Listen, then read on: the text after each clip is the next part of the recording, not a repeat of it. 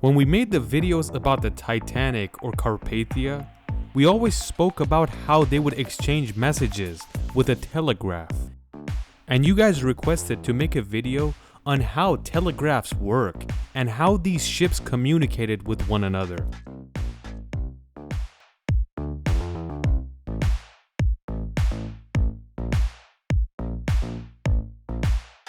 In the year 1849, an engineer by the name of Samuel Morse invents the telegraph, and he did something that changed the world forever. This invention caused humans to get one step closer to the invention of the internet.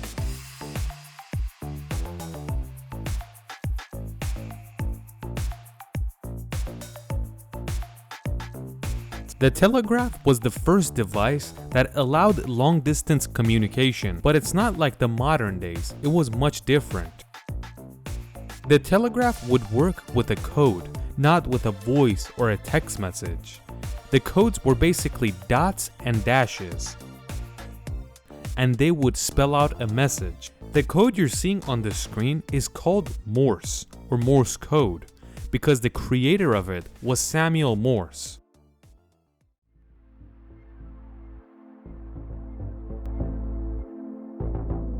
In the beginning, wireless telegraphs weren't a thing, and wires had to be ran through cities so you can connect each city to one another. In the year 1861, when the Civil War began, the telegraph became one of the most important tools in this war. Not for only one side, both the North and South needed it to use different strategies in the war. This was the first war where the generals or whoever was in charge could control their army with a telegraph from afar, and they didn't have to be in the battle itself. And you could say that was much more modern than previous wars. Instead of writing a letter where a horse can take it, they would send a bunch of codes and the person would receive it in a few minutes. In this war that took 4 years from 1861 to 65, ran more than 24,000 kilometers of telegraph wire everywhere. The telegraph was very important in that war because the US has statistics on how many letters they sent. More than 6.5 million messages were sent in a span of 4 years during the Civil War. But there was a problem. Since there was a war, there was spying as well. So the enemy could receive your messages, and that would be a problem. At that time, Abraham Lincoln is the president of the United States, and he had an advisor by the name of Anson Stagger, and he thought of a genius idea.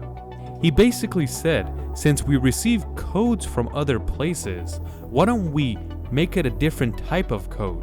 A secret code to be exact, where the enemy doesn't know what we're talking about. One of the main reasons the North won was because of this idea and the telegraph itself, and slavery ended. After some time, the telegraph reaches Europe, and then a few years after, it goes all the way to Asia. Different cities and countries were connected with these wires, and everything was going perfectly fine. But there was a huge problem. If there was a sea in the way, you couldn't send messages over the sea. The Americans were very upset about this because between them and the rest of the world, there was a giant ocean in the middle, and that is why they couldn't immediately realize what is happening in Europe. It would take a few weeks or months to get a message through. Of course, for a superpower like the US, you can't have that. Obviously, they're not a superpower yet, and that is why they let out a message to let people know that we have to be connected to Europe or the rest of the world.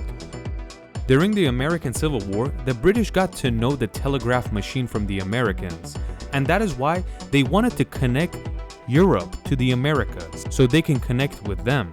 Two British men by the name of Edwin Thornton and Alonzo Jackman came up with the idea to run a wire through the Atlantic Ocean to connect England to New York. They gave this idea at that time, but it seems like nobody cared, and a lot of people made fun of them because they came up with a quote-unquote stupid idea that's never gonna be possible. 1 year after the Civil War, meaning 1866, A businessman by the name of Cyrus Field read an article that was written by this idea of running a telegraph wire through the Atlantic Ocean. He also knew that the biggest ship in the world has been made in England and it's ready to go. The Great Eastern, which was a ginormous ship for its time. Cyrus Field's idea was that we could use this ship and run this heavy wire through the ocean and connect these two continents with each other. You might ask, what type of cable can go into the ocean and handle all that pressure at the bottom of the sea? Cyrus Field had already tested and figured this wire out, and this was the wire he designed to run through the ocean. It could handle all that pressure and nothing would make it leak. He tested it plenty of times because you can only do this once, and if there's a problem with the wire, you have to run it all over again. Since it's over 1,000 miles of wire and there is a small problem with it, all that work is wasted and you can't repair it. The British government loved the idea of Cyrus Field so much that they told him, you could use the SS Great Eastern ship, and also, since we wanted to do this, we will invest in this idea. On the 13th of July 1866, the SS Great Eastern is finally packed up with all the wiring they need, and they leave England. Of course, they leave one side in England and start heading over to Americas. They were first gonna go to the United States, but since the British government was financing this whole thing, they changed the idea of it. They said you could run it from England all the way to Newfoundland because they had control over that area, and also it was much closer. And third of all, Canada, like Newfoundland, was already connected to New York, so everything would work out perfectly. After 10 days, about 1,200 miles has passed, and everything is going perfect because the person running the telegraph keeps sending messages to England to make sure everything is working. On the 27th of July 1866, the Great Eastern finally sees the shore of Newfoundland. Since Newfoundland wasn't a civilized place yet, they didn't have a port that could accept the Great Eastern, and that is why they waited in the middle of the water while smaller boats came up to it to accept the telegraph wire. They basically created a single file line and they took the water inshore. This cable caused the Americas to be connected to Europe, and of course Europe was already connected to Asia, so the Americas were connected within each other. And this was the very first time that the three main continents on planet Earth were connected with each other with a telegraph. And sending messages throughout these places wouldn't take months anymore. It would happen in a few minutes. Of course, running this cable from Europe to the Americas was in favor of the US. Since it was cut off from the entire world, it really needed a way to receive messages quickly.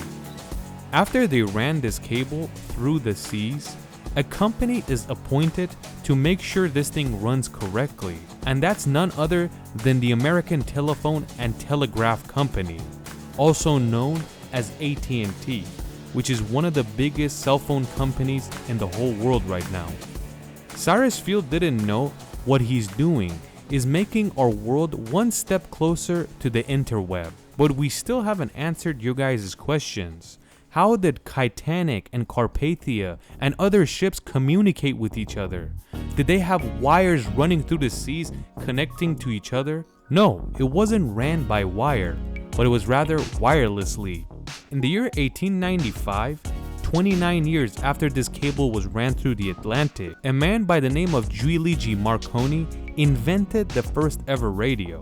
But if you've seen our video about Nikola Tesla and Edison, we mentioned that a lot of people say Tesla invented the radio and Marconi stole the idea, but we are not sure. We're just saying after the invention of the radio, instead of sending telegraph messages through wire, they sent it through radio signals. During World War I, the world really thought they were ahead in terms of technology, because this was the first ever war that used wireless telegraph technology. So anyways, the telegraphs in the Titanic and Carpathia were sent with radio signals rather than wires.